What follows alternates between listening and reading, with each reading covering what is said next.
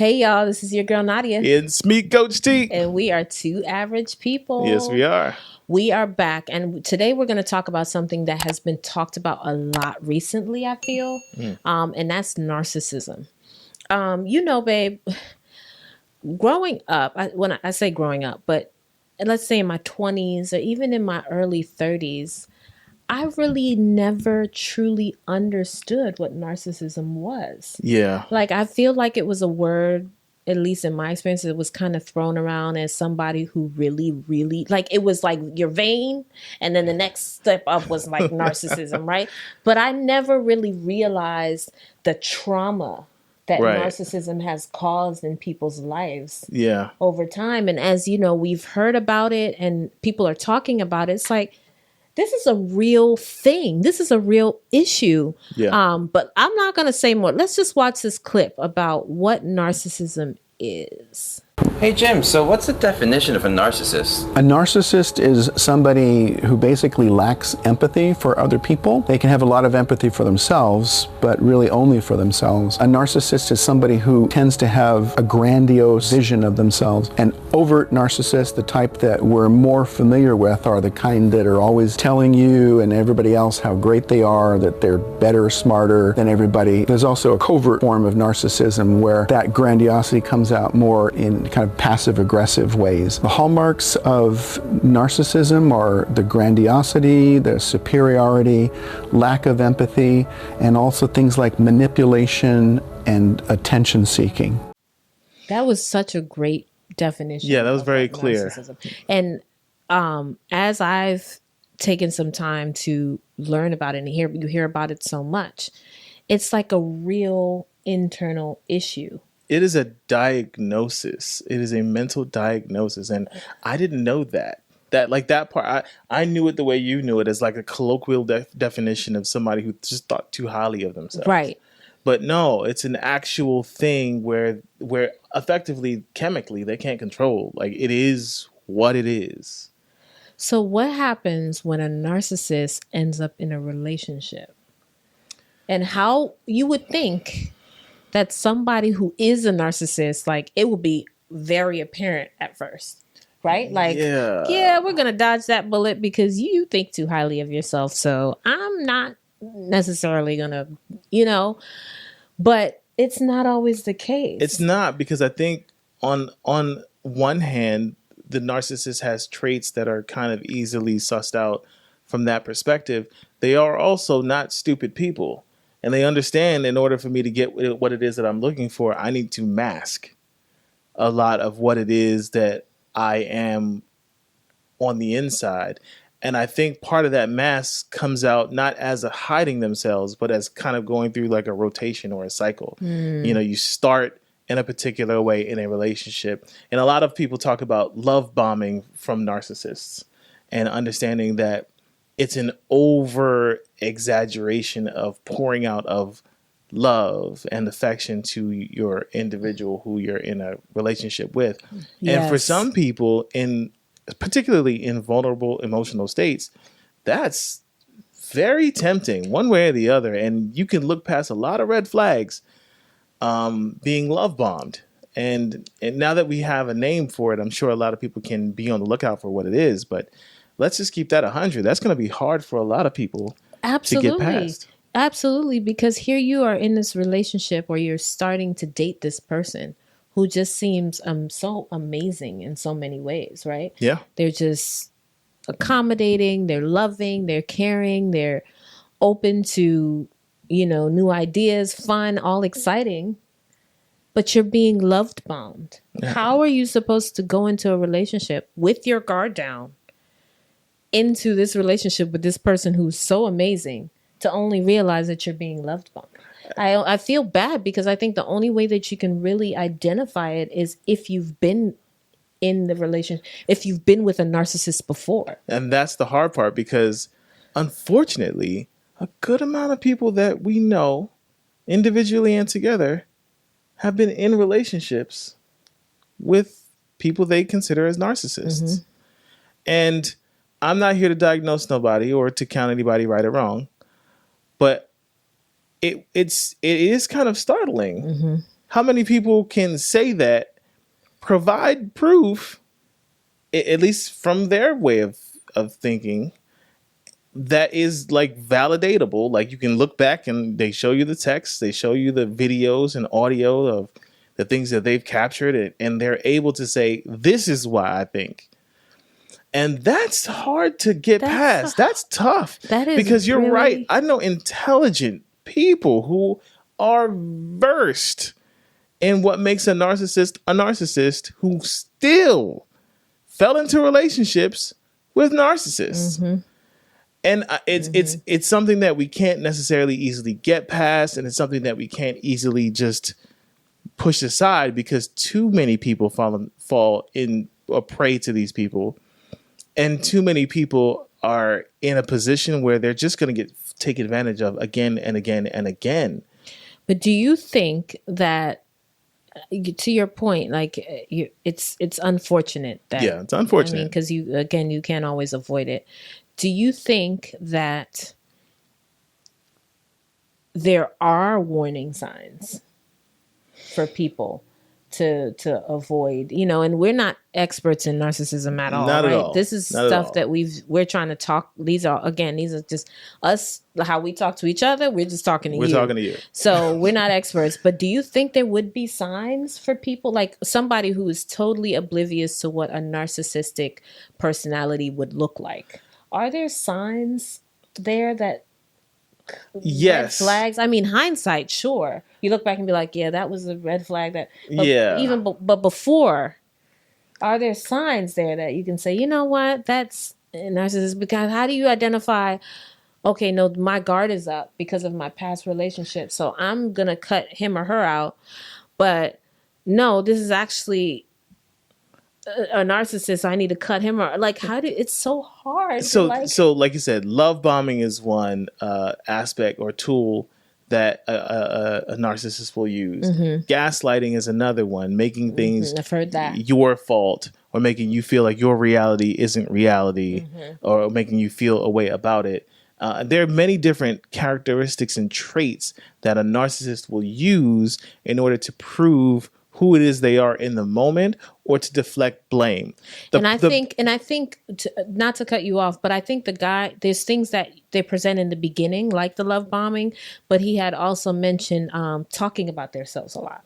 Yes, very like a high thought process of themselves, both for the covert narcissist and the overt narcissist, the person who's like hush hush about it, the passive aggressiveness. Right, because I think the gaslighting and some of the other things you talk about don't necessarily show up in the beginning, which tells me that a narcissist is smart enough to distinguish the two, what makes this so complicated for me to understand. But because you can do better because you did in the beginning, but then you don't. But let me get back to my point, right? Because the hard part about it is, even in spite of knowing what those aspects are, sometimes those aspects themselves are so broad in that I could gaslight you without being a narcissist. True. You could gaslight me without being a narcissist. That's very true. I wouldn't, maybe from my perspective, it's not gaslighting. You just see the world in a really weird way that I can't get behind. Mm-hmm. Maybe if I'm delusional about a particular thing and you go, nah, baby, I don't think that's what it is. Are you gaslighting me now? You see how broad that is? You see how very broad that is? That's a topic we throw around a lot. It is. Inappropriately, too. Yes. It's something we don't fully understand as a people. Right. The terms that we throw around at each other, trying to say, well, that's why you're a narcissist, or that's why you're a this or that. You're misogynistic. That's why you're this. Yeah. A lot of the times we ourselves have a misunderstanding of what these words actually mean. Yeah. And therefore we just lob terms back and forth at each other that don't actually mean what they mean. However, that scope, that wide berth of a scope, is also what makes targeting whether that person is a narcissist who you're going to be dealing with very, very difficult. It is very difficult. Very difficult. Do you think that narcissist people look at other people and think they are narcissistic? Oh, absolutely. So do you think it's like, well, no. Absolutely. If I'm a narcissist, I'm calling everybody else a narcissist to make sure that you don't think I'm a narcissist. Well, most people He don't says with the acknowledge that shifty they're eyes. narcissistic. That's the problem. Most people don't actually acknowledge that they're a narcissist. That's fair. Right? So I think the majority of narcissists don't say, yeah, well, I'm a narcissist. So Majority. But there are people, we've found people online that know, they admit it and say, you know, it's a personality disorder Yes. that they're working through. Yes. Yeah. Yeah. And that is something that I find very refreshing, because that's not a perspective you hear a lot. Yes, I am a confirmed narcissist on medication or in therapy, and these are my perspectives. You don't see that a lot, because if I'm a narcissist, I don't really want you to know or call myself out. I want to be able to do what it is that I do so I can get what it is that I get. But a lot of people have been affected by narcissistic people, and we have a clip that I want to play for you now from this one young lady who's talking about her experience and other people's experience like it. Let's run that clip. See, this is the thing. A narcissist doesn't pick a weak person.